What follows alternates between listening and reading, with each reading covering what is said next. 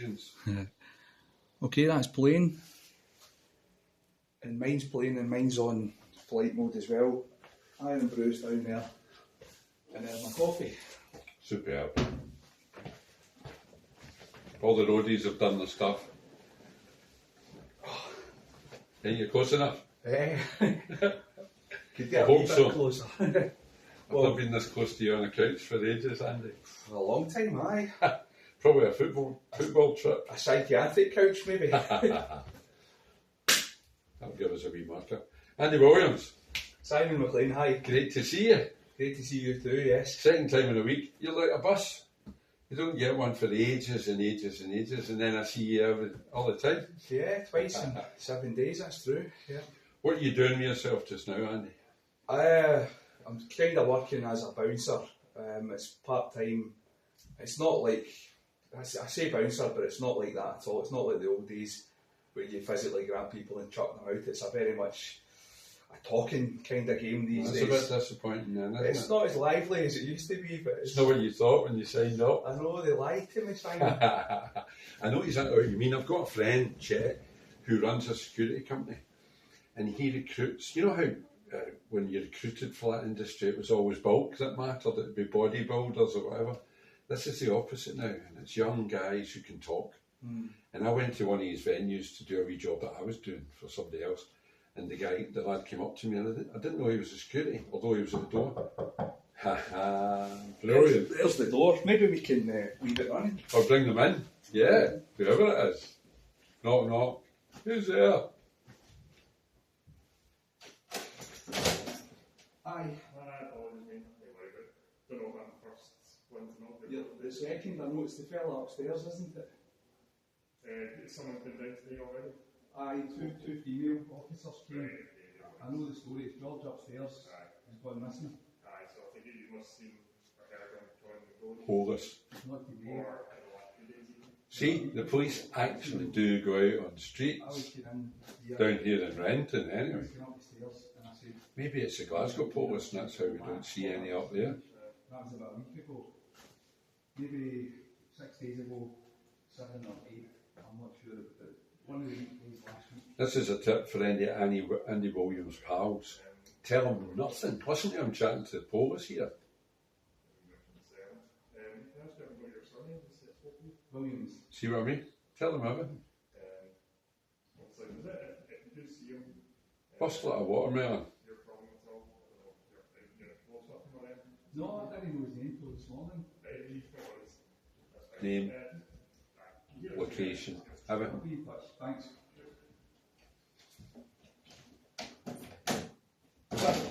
Was that a police officer? It was, yeah. You're giving them all that information. I usually don't speak to the post. I heard it. Live as well. Live on record. Caught live. Informant, you're a PI.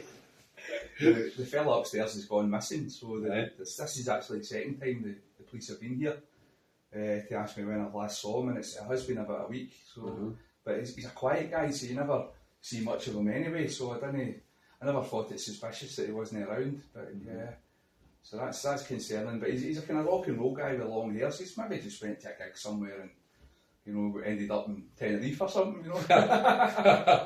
Good on him. Yeah. Maybe echoing the Bunnyman last night. Phoned the boss and said, "I'm in Tenerife. I'll see you next year." What age is he? He looks about 35. I don't know the guy. I just know his first Met a name. bird. Met a bird. But any luck, aye. That's going to happen to you someday as well, Andy. Well, one day. See if anybody reports you missing, I'll know where you're not. In the horses, aye. So you're bouncing but not bouncing in the Borough Bar. And I was going to explain to you, I met the guy, he came up to me straight away, very close, smelling my breath, etc. And he said, "How you doing, big man? What are you in for tonight? You into the club?" There's a club downstairs and a bar upstairs. And within 30 seconds he had me in a conversation, chatting away, and he knew more about me and then he let me go in. And that was the new kind of security rather than a big strip search and a big finger pointed in your face, and the threatening, total opposite. Because if you can speak clearly, yes, you're not drunk. So yeah. So I thought that was a great way of doing it. and he doesn't do the big heavy arm stuff. They don't get involved in that. Yeah. And it means you can have security that are almost invisible, which is the whole idea, isn't it? Yeah. So you enjoying it, learning how to speak to people? I did that I did a similar job in London for a long time, where I was speaking to people all day, every day, and I did like it a lot, and I found when I first went In down London? in London, And they understood you? that's what I was just about to say. When I first went down, no one could understand me, and that's why I speak a little bit posher now, because Right. I didn't like that, I like to be, You think this is posh? well, It is for a boy from Alexandria, I suppose. it's the way I spoke. I think it was the speed rather than the Yes. slang. Yeah. I was speaking too fast, so I slowed down and I pronounced things properly, and I got on a lot better. I was in a pub one night with 3 colleagues. One was Welsh, 2 were English, and we were at the pub. It was mobbed, and we were having a drink. And a girl went past and said to me, "Are you forgot he's got a big man?" And you had 2 Scottish voices in this pub. So her and I had a conversation for no more than a minute, right? And she escaped. And I turned round, and my 3 colleagues were all standing with their mouths open. I said, "What's wrong with you guys?" Because she wasn't that good looking. And they said, "What did you just say? What did you just say to each other?" Because you slip into that vernacular, don't you, when it's two people of the same nationality. Yeah. So you're right, it's the speed. Scousers are the same. You listen to 2 Scousers speaking. I don't think they're speaking at all. I think they're just making noises. They're faster than Glaswegians. And they're not the brightest in the first place anyway. I can say that because I've got some Scouse pals. So that's one of the things you're doing just now, and I'll come on to your new project. But let's go back in time then, because I sent out a boy for the Vale. Where are you from originally? Where were you born, Andy? Well, Canada originally, and then I grew up in Newborn Hill, so that's from here, just about a mile up the road. Okay. What was the Canadian connection? My granddad was a professional footballer, and when he got too old to play in this country, went across to there to try and extend his career. What was his name? Tam Bowsland. Who did he play for? In Scotland, Dumbarton is the only one I can remember. Okay. In England, it was Southport and Manchester City. Right. Manchester City at that time were the only team in history to win the league one season and then get relegated the next season. Right. And he was there during that time. So they were the best team in England when he kind of went there. And he couldn't quite break into the team, but he was in the first team, He was Yes, there or thereabouts. There or thereabouts, aye. And then the second season in the lower division, I think he broke through that season, and then he came back up. The war broke out, and the war sort of curtailed his career. Right. This was the sort of late 30s. Okay. And I think that was why he went to Canada, because he thought, this war's wasted my mid-20s to my early 30s, my best years, and now I've got a wee chance to And try and get it. post-war here was the depression. There was nothing here post-war, that's for sure.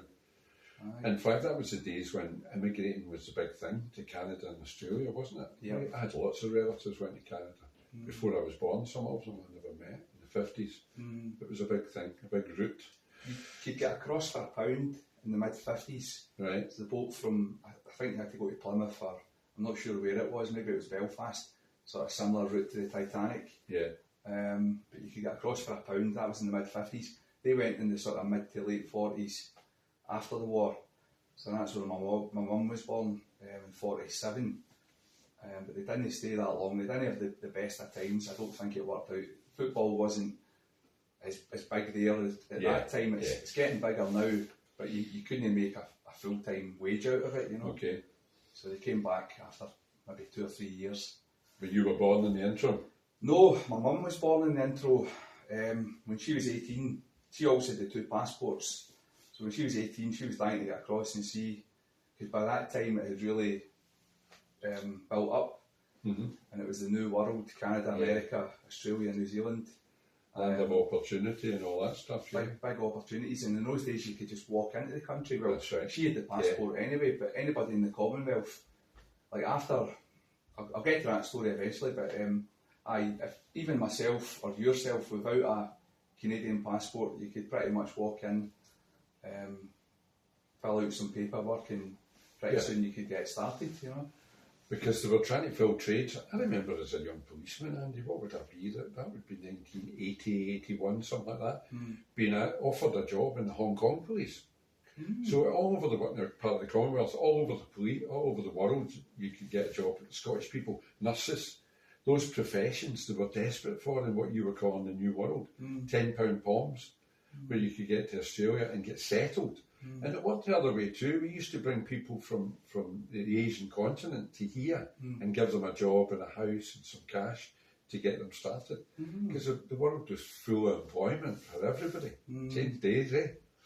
Yeah. So, go back to your story about your granddad and your mum. Aye, so they came back. She grew up in the Vale, and when she was 18, she got itchy feet, and she went across there. She met my dad, and then she got married there, and she ended up there about 10 years. Well, no, 5 years. After they got married, they went to New Zealand. Okay. And that goes back to what I was saying about just being able to walk into any Commonwealth yes. country. They stayed there for 3 years. Whereabouts? Aye, Auckland, Auckland. the biggest city. People always, foreigners always went to the big centres, but they've got lots of little, it's like Scotland, there's lots of wee places, but if you came from there... Originally, you would start off in the big, where your population were. Yeah. Like the Asian population in Glasgow, the Polish population, all that kind of stuff. So is that why you went to Auckland a couple of years ago? Was that your first time? That was my second time. Right. So, my parents were friendly with this family called